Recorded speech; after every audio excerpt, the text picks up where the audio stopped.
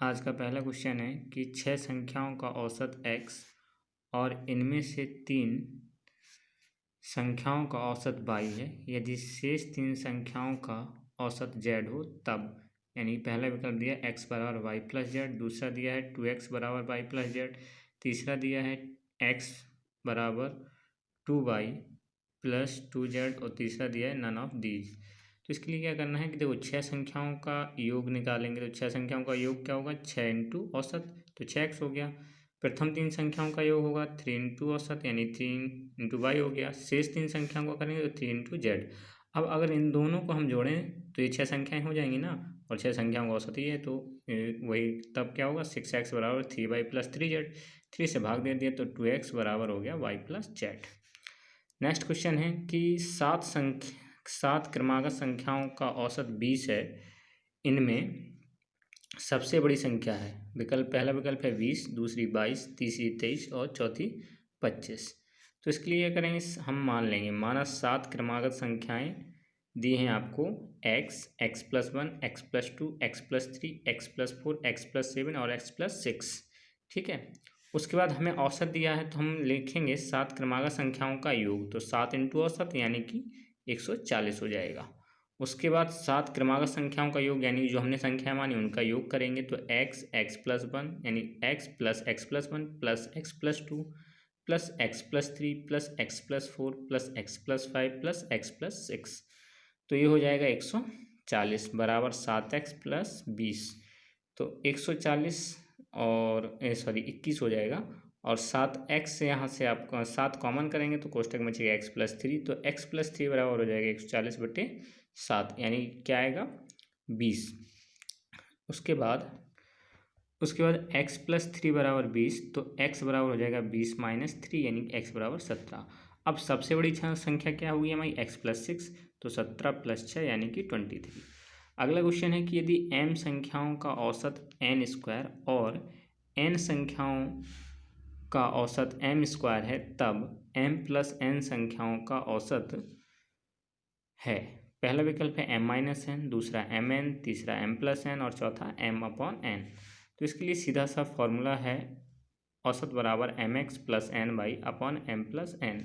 तो m हो गया आपका स्मॉल m और x होता है औसत, तो n संख्या का औसत है n स्क्वायर प्लस n हो गया स्मॉल n और y हो गया m square upon m plus n।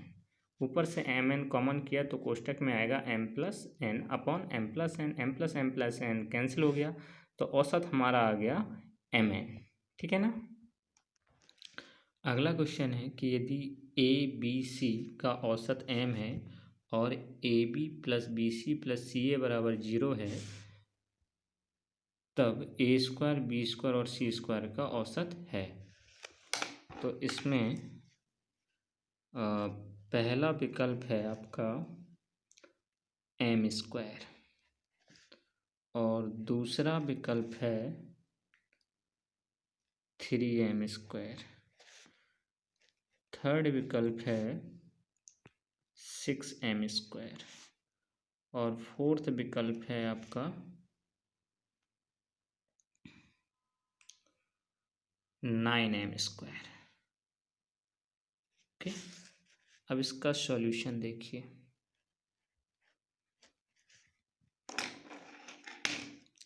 तो देखिए हमें क्या दिया है, ए बी सी का औसत दिया है m।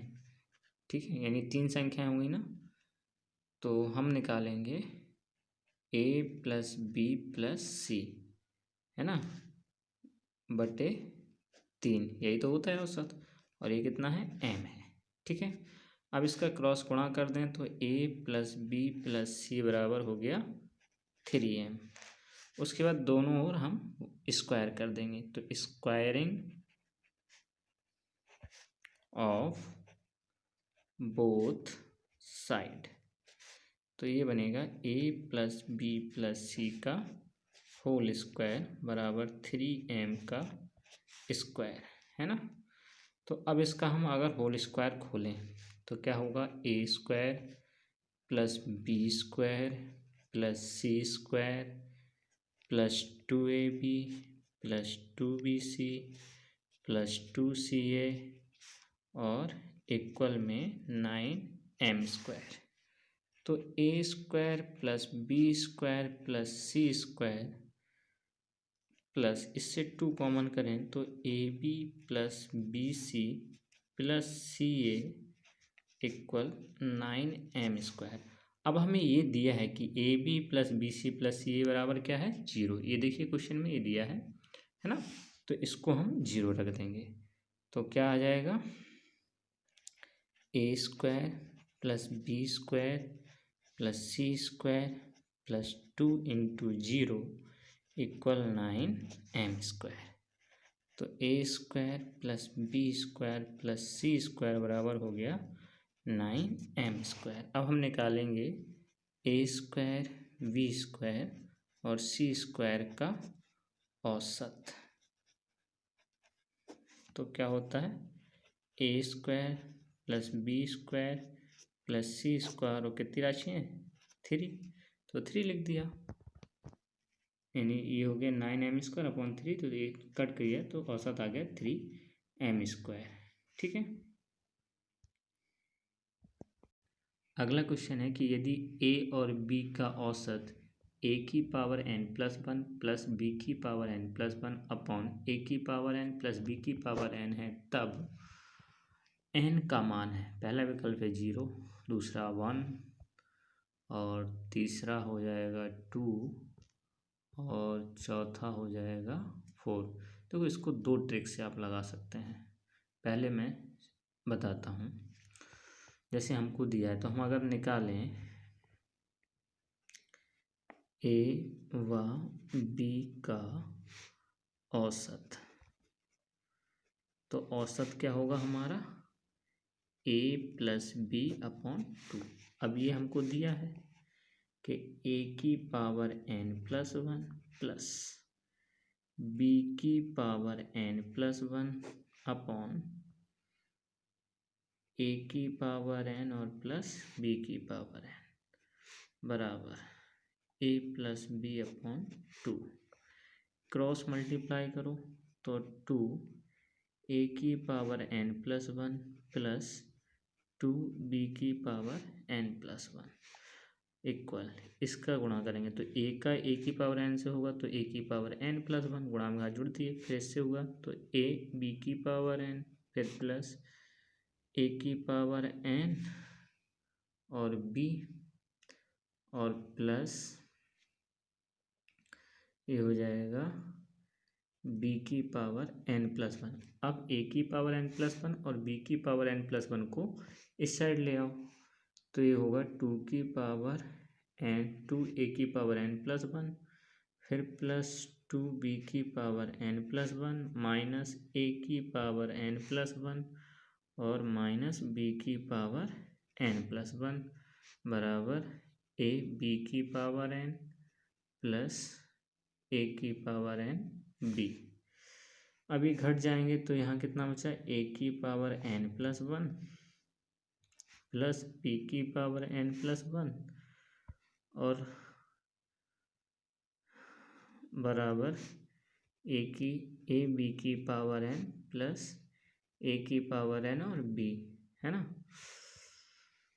तो उसके बाद आप क्या करिए कि इसको उठा के यहाँ लाओ और इसको उठा के इस साइड ले जाओ, सॉरी ए की पावर n वाले को इस साइड लाओ और इसको उठा के उस साइड ले जाओ, तो ये हो जाएगा ए की पावर n प्लस 1 और माइनस ए की पावर n b बराबर ए बी की पावर n माइनस बी की पावर n प्लस 1। तो यहाँ से a की पावर n कॉमन हो गया, क्या बचा a माइनस बी। यहाँ से b की पावर n कॉमन हुआ तो a माइनस बी, तो a माइनस बी कैंसिल हो गया, है ना।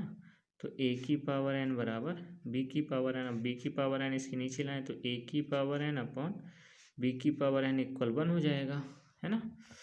अब इसको आप लिख सकते हो कि a बटे b की पावर n, और 1 को आप जानते हैं किसी भी अगर संख्या की पावर 0 होती है ना तो उसकी वैल्यू 1 होती है, तो इस 1 को हम लिख देंगे a अपॉन b का पावर 0। तो अब अगर हम घातों की तुलना कराएं दिस इम्प्लाइड डेट तो n इक्वल क्या आएगा 0। एक तो ये था।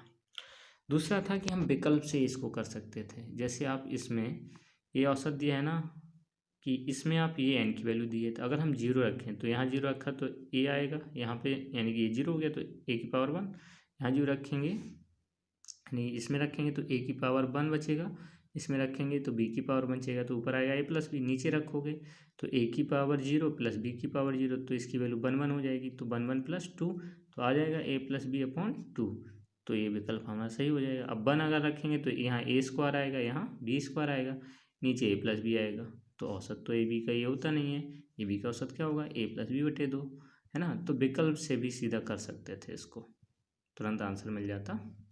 ठीक है, अगला क्वेश्चन है, यदि 50 संख्याओं का औसत 38 है और यदि दो संख्याएं 45 और 55 को हटा दिया जाए तो शेष संख्याओं का औसत है। पहला विकल्प दिया 36.5, दूसरा 37, तीसरा 37.5 और चौथा दिया है 37.52। ठीक है, तो इसके सॉल्यूशन के लिए क्या करेंगे, सबसे पहले हम निकालेंगे 50 संख्याओं का जो औसत दिया है ना, तो उससे निकालेंगे 50 संख्याओं का योग। तो योग के लिए क्या होता है कि संख्याओं इंटू उसके औसत का गुणा हो जाता है, तो संख्या हो गई 50 और औसत हो गया 38, है ना। तो ये कितना हो गया, 0, 5 40, 5 थी 15, 5 थी 15 और 4 19, यानी कि 1900 हुआ। अब वो कह रहा है कि यदि दो संख्याएं 45 और 55 को हटा दिया जाए, है ना, तो 45 व 55 को हटाने के बाद शेष संख्याओं का योग, है ना। तो क्या करेंगे कि 1900 माइनस 45 और माइनस 55, तो ये हो जाएगा 1900, इन दोनों को जोड़ दिया तो ये हो गया 100, तो कितना आएगा 1800। ठीक है, अब देखो 50 संख्याएं थी तो दो संख्याएं ही तो हटाई हैं, तो शेष कितनी संख्याएं बची हमारी 48, है ना। तो शेष संख्याओं का औसत हो जाएगा 1800 बटे 48, तो इसको 3 से काटा तो 3 18, नीचे 600 बना और ये 1600 हो, इस 16 आ जाएगा, फिर इसको 4 से काट दिया तो 150 आ जाएगा यहाँ पे, और यहाँ 4, फिर 4 से काटेंगे तो 37.5, तो औसत हो गया 37.5। ठीक है, अगला क्वेश्चन है कि एक अशून्य संख्या तथा उसके वर्ग का औसत उस संख्या का 5 गुना है, तब वह संख्या है। तो विकल्प दिया है पहला 9, दूसरा 17, तीसरा 29 और थर्ड दिया है 295। तो इसके लिए हम क्या करेंगे, हम मान लेंगे, माना संख्या इक्वल x। अब प्रश्न में क्या कह रहा है, यानी प्रश्नानुसार वो कह रहा है कि इसका और इसके वर्ग का औसत, है ना। तो इसका और इसके वर्ग का औसत क्या होगा, यानी कि इसका वर्ग अगर हम करें, यानी वर्ग भी लिख लो, वर्ग क्या आएगा एक्स स्क्वायर।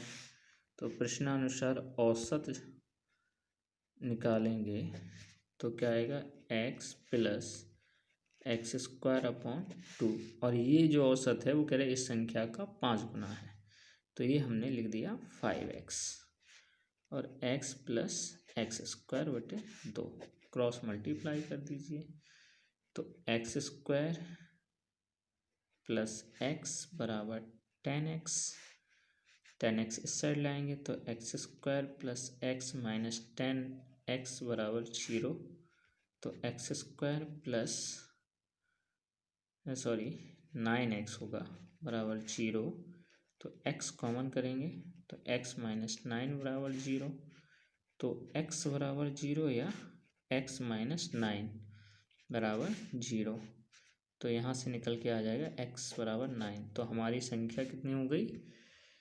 9 हो गई। पहला विकल्प सही हो जाएगा। ठीक है। देखिए अगला क्वेश्चन है कि यदि 10 संख्याओं का औसत 7 है, यदि प्रत्येक संख्या में 12 से गुणा किया जाए तब बनी नई संख्याओं का औसत होगा। पहला विकल्प है 7, दूसरा 19, तीसरा 82 और चौथा 84। ठीक है।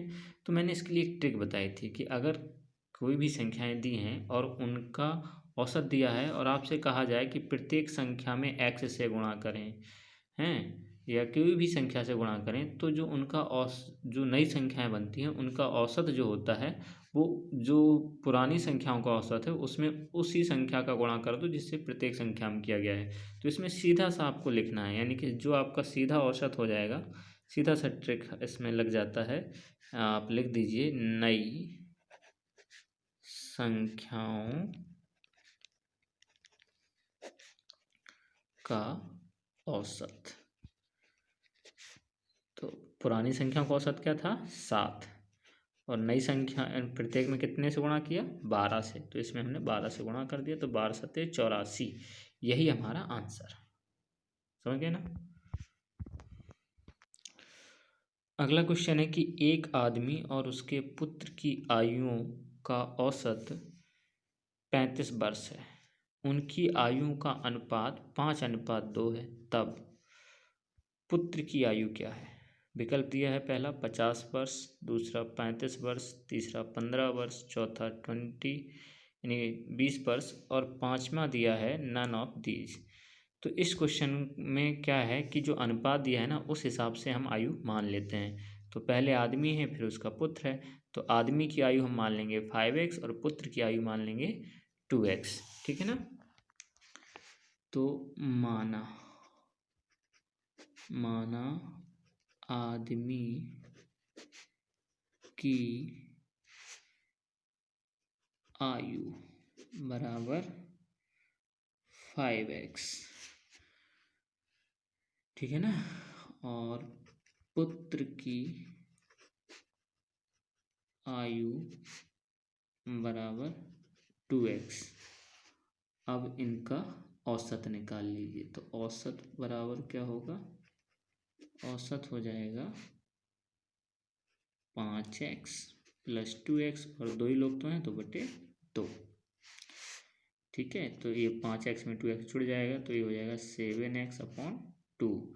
अब हमें औसत दिया है, दोनों की औसत कितना है? 35। तो ये हो गया, यानी कि दोनों का औसत 35 दिया ना, तो औसत के स्थान पे ये औसत है तो यहाँ लिख देंगे हम 35, और ये कितना दिया है हमें? 7x/2। क्रॉस गुणा कर दीजिए तो ये हो गया 7x बराबर 70। तो x बराबर हो जाएगा 70/10, है ना? 70/7, यानी कि 10 आ गया। तो पुत्र की आयु पूछी गई है हमसे। पुत्र की आयु क्या हो जाएगी? 2x थी तो 2 × 10 यानी कि 20 वर्ष हो गई, है ना? यही हमारा आंसर हो जाएगा। अगला क्वेश्चन है कि 8 संख्याओं का औसत 20 है। प्रथम 2 संख्याओं का औसत 15 से 1/2 है। अगली 3 संख्याओं का औसत 21 से 1/3 है। यदि छठवीं संख्या, सातवीं संख्या और आठवीं संख्याओं यदि छठी संख्या सातवीं और आठवीं संख्या से क्रमशः 4 और 7 कम हो तब आठवीं संख्या है। विकल्प में दिया है पहला 25, दूसरा 22, तीसरा 27 और चौथा दिया है 20। तो इसके लिए हम सबसे पहले क्या करेंगे कि हम 8 संख्याओं का योग निकालेंगे।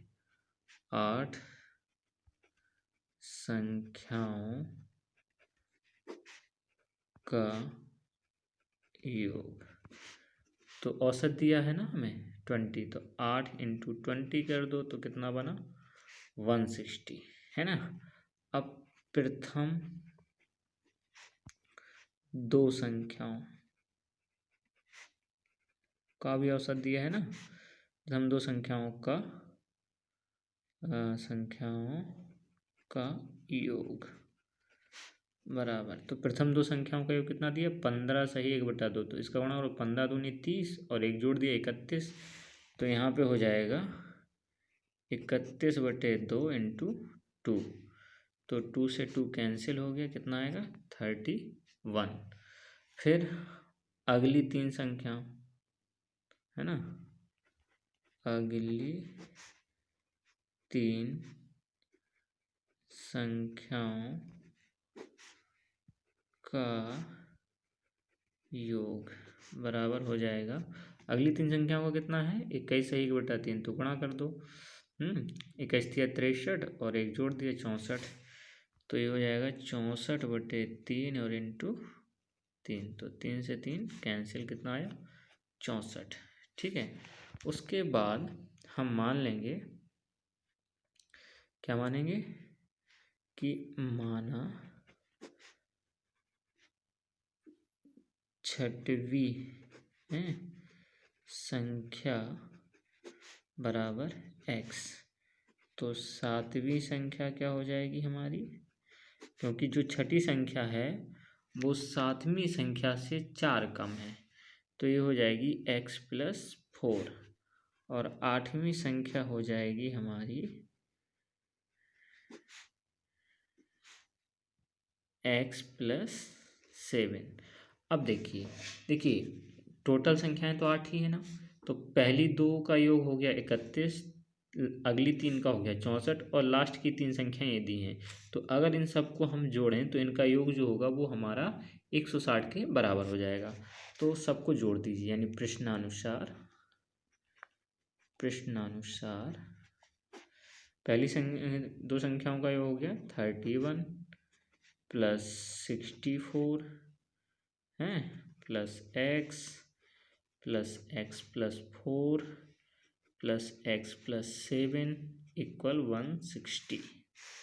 ओके, अब पहले x को जोड़ो, तो 1 2 3 x है, तो ये हो गया 3x, प्लस अब संख्याओं को जोड़ो, तो 7 4 11, 11 4 कितना हुआ 15, और 15 1 16, मासूल 1 आ गई, तो 6 1 7 और 3 10, 106 बराबर 160, तो 3x बराबर हो जाएगा 160 माइनस 106, तो 3x बराबर 10 में से 6 गया 4 और ये 5, तो x बराबर हो जाएगा 54/x, कट कर दो, x नहीं 3, तो 18 54 होता है, तो ये आ गया 18 है ना। लेकिन हमें कौन सी संख्या निकालनी है, आठवीं संख्या क्या है x + 7, तो आठवीं संख्या हमारी क्या होगी, आठवीं संख्या है x + 7, तो इसमें रख दीजिए 18 + 7, जोड़ देंगे तो कितना बनेगा 8 7 15 यानी 25, ये आंसर होगा। तो कौन सा विकल्प है सही, पहला विकल्प हमारा सही हो जाएगा। ओके।